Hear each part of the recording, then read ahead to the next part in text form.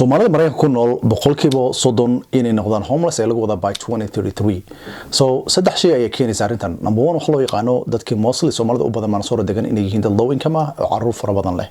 Number 2 waxa keenaysa waxa loo yaqaano lack of affordable housing, guryo qiimo jaban inay jirin guryaha loo yaqaano low income ka ama loo yaqaano section 8 ka inay aad u yaraadeen. Number 3 arrinta kale oo dhacaysa waxa tahay waxa loo yaqaano lack of plan, qorshe la'aan inay ka jirto. Fadlan videogan save gareyso, la sheeg gareyso asxaabtaada soo follow garee oo ku bilaabaya. Sala socotaan hadii aad la soconin Mansoor state Mansoor dadka populationka Soomaalida ku nool waa 82,436. dadka Twin Cities ku nool waa 77.7. dadka ku nool Greater Mansoor ku nool waa 22.3 way. Even haddaan u kala saarno male and female u kala saarno dadka dumarka ah waa 41,373. dadka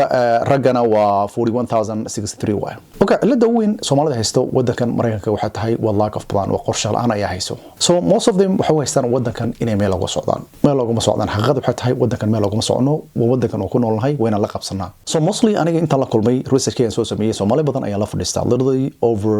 hadda since 2021kii intaas boqolaal qof aan la fadhiyo Soomaali ah, hooyo Soomaalida aba Soomaaliyeed. Marka arrintan aan ka soo hadalno arrinta keenayso guri la'aanta wadanka Mareykanka ka jirto cilada ay tahay. Mostly waxay rabaan inay dib u dhigaan inay guri iibsadaan. The reason ay u iibinayaan waxay leeyihiin most likely kuba qaar lacag inay save gareeyaan isku dayayaan oo section 8 ka holaas ceersanayaan. Kuba kalena waxay u haystaan rate-ka inuu soo dhaco doono ama inuu soo dhaco doono guryaha dhulka iman doonaan. Okay, haddaan ku bilaawno rate-ka. Number 1 horta shaashada saarkaysan rate-ka hadda wuxuu marayaa 6.5 u marayaan average. Saarkaysan national way. Haddii 15 years arabtan wuxuu marayaa 5.9, haddii arabto wax loo yaqaan jumbo loan arabtana waa 6.67 arkaysan. Haddii arabto maanta lacag save gareyso oo ah rate-ka save gareyso waa 0.5 save gareyso waxa save gareynaysa boqolka kun waxa save gareynaysa $17 save gareynaysa waa lacagta save gareynaysa. Okay, arrinkan ka hadli doonaa. Haddaan ka hadalno arrinta kale real numbers aan ku tuso namarada saxda ah dadka even inay guryaha iibsadaan ay dib u dhigaan rabo. Haddaan ka hadalno haddii aad isleedahay guryaha hoos way soo dhici doonaan dib aan u laabanaya 2023 average sale price waxay ahaayeen guryaha 426,617 sasha sakarkayso. 2024 waxay ahaayeen 442.47 ahaayeen. 2025 ka daan joogno waa guryaha waxay marayaan $459.50 bay marayaan. Haddii aan kala jiro labada number 2025 ka oo ah 459.50 ga iyo 442 ga 479 waa 16,571 waa an average guryaha sanad walba dadku sameeyeen. So waxa ku tusaa haddii this is like hatta even waa very conservative way haddaan ka hadalno an average waa 5% kor u kacan. Haddii iibsatay guri 400,000 an average wax kor u kacaya every year $20,000 kor u kacaya. So tan waxa ku tusaa in guriyihii hoos u soconin dadkii guryaha iibsadeen ay lacag ay ka sameeyaan. Taasi inay kugu filan balaga yaabaa ilaa waxa ku tusayaa real numbers. Haddaan ka hadalno kirada sababta kirada waa muhiim dadka Soomaalida way kireystaan boqolkiiba 90 u badan yihiin boqolkiiba 98 aan dhaho there's only 2% guryaha kale wadanka Mareykanka ku noolahay. Haddaan ka hadalno kirada an average hatta arkaysaan waxaan in real numbers aan ku tusaya wuxuu kor u kaci doontaa sanadka 2025 ka inuu kor u kacdo 3 to 4% inuu kor u kacdo wax badan baa laga yaabaa ilaa ugu la soo isteero Mansoor dadku waxa loo ogolay inay kirada kor u qaadi karaan up to 7% an average that's the cap way ma dhaaf karaan taas waa regulation ka way laakiin hatta even 4% aan kugu dhufto adeen ka soo qaado 4% gan aan kugu dhuftana waa let's say waxa bixisa kirada maanta waxa bixisa 2,000 baa bixisa 4% aan kugu dhufto waa $80 baa sanad walba kugu kordhayso lacag badan ma aha inaas leedahay laga yaabaa laakiin tan times 5 dhaho lacagtaas waa $400 way la socyaa buu guriga kor u kacaya 5 sano gudahooda. So by next year hadii wadnku Ilaahay nafta u daayo 5 sano ama 8 sano dambe gurigaas wuxuu kor u kaci doonaa 2,500 to 3,200 noqon doonaan average. Buu noqon doonaa one average ya. Laakiin haddaan ka soo hadalno maanta aan ka hadalno nambarada saxda ah dadka Soomaalida mostly la socotaan istir Mansoor most not all of them laakiin an average tan ka soo qaada kama hadlayo hadaa sameeyso like in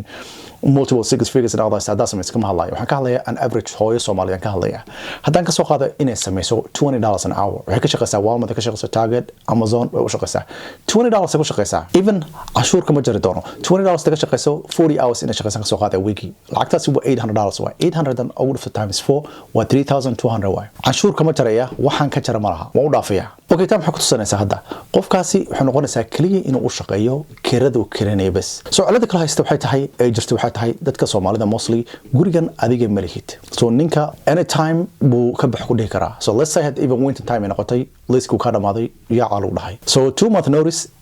badana inay ku siiyaan al raba ku sii sheegaan generally that's part of the requirement ku sii sheegaan ina guri ku sii raadsato laakiin mostly dadka qaar intii guri raadinayna ku rafaadaan hadda bisa qof ba isoo wacdo oo uu yiraahdo gurigan raadinaya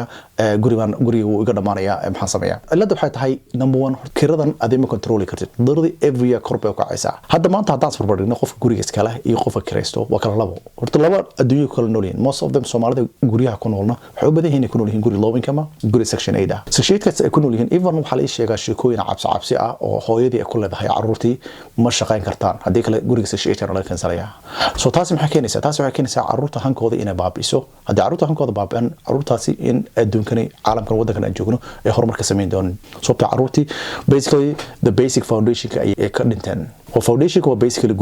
guriga carruurta hadii laba mid section lagu korinayo guriga caadi house lagu korinayo laba nolol ay kula noolaan doonaan laakiin hadaan ku soo laabano aan real life numberada ku soo laabano qofka maanta karisto wuxuu bixinayaa lacag uu dibdib u arki doonin laakiin qofka maanta mortgage-ka guriga iska leh lacagtiisa hanti u sameeyay hadda soo tusayay sanad walba 20,000 ay gurigiisa u sameynaysaa waxa kale oo ka fiican yahay qofka karisto qofkan ee mortgage-kiisa lacagtu iska baabi'in kara ma bixin karo laakiin qof kale hadii loo bandhigo gurigaadi ma leeyahay waxba kama qaban kartid taas so qofkan mortgage-kiisa control kara the only one uu hadda wadankan Mareykanka aan joogno oo kor u kacay sanad walba control kari wax loo yaqaan private taxiga oo cashuurta kor u kacaysa intaas control the only way taas kor u kacaysa waxay tahay qofka waa inuu sameeyaa guriga qiimihiisa kor u kaca so ujeedada video kale waxay tahay wadankan meel uga socotiin xaqiiqada waxay tahay waa inaan guri iibsanaa laakiin aan soo laabta su'aasha kale dadka badan ay ka caban doonaan guri baan iibsan lahaa waxaan ka cabsanayaa ribo وسؤال فعلا وسؤال وفعلا ان laga jawaaba laakiin waxaan rabaa inaan challenge gareeyo umada Soomaalida Mareykanka ku nool haddana research-kayga soo sameeyay waxaan hayaa intaas oo masaajid oo Mareykanka laga iibsaday laakiin bangiga laga iibsaday real number sa jashada ka doona darto laakiin ma soo bandhigayo sababta inaan umadaas culimadaas inaan ku xad gudbo ma rabo bangiyadan waxay ka iibsadeen Islamic Bank isticmaaleen Islamic Bankiga hadii xaaraan yihiin maxaa masaajid lagu iibinayaa oo adigana gurigaada ugu iibsan karin su'aasha liiga jawaabaan raba jawaab ayaan u baahnahay su'aashaasi sababtoo hadii lagu leeyahay adiga guri ma iibsan kartid oo homeless baa lagu ogol noloshaada in la burburtaal raba carruurtaada qoyskaada noloshaada in horumar sameyn baa la rabaa masaajidka aad ku tukanaysay oo lacagta lagaga aruursanayna lagu iibiyay bangi laga iibsaday macquul gal ma it doesn't make sense fikrad ahaan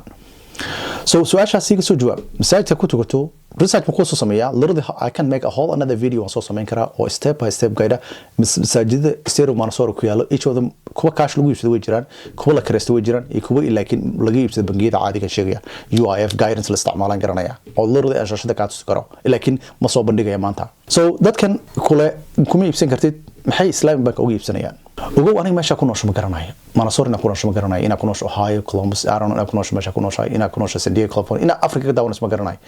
ujeedadu waxay tahay as long wadankan ku nooshahay haddaad guri ka iibsanin waa kireysanaysaa haddaad kireysanan noloshaada horumar ma sameynaysid xaqiiqada waay haddii even hankaada aad bedeli wayso for the next 3 4 5 years most likely waxaa noqon doonta dadka homelesska haddaas oo nambaradaasi lasoo xisaabsanayo oo dowladda xisaabsanayso ayaa ka mid noqonaysa intaas ay ka tegay insha allah fadlan soo follow garee insha allah asxaabta la sheegay video kan assalamu alaykum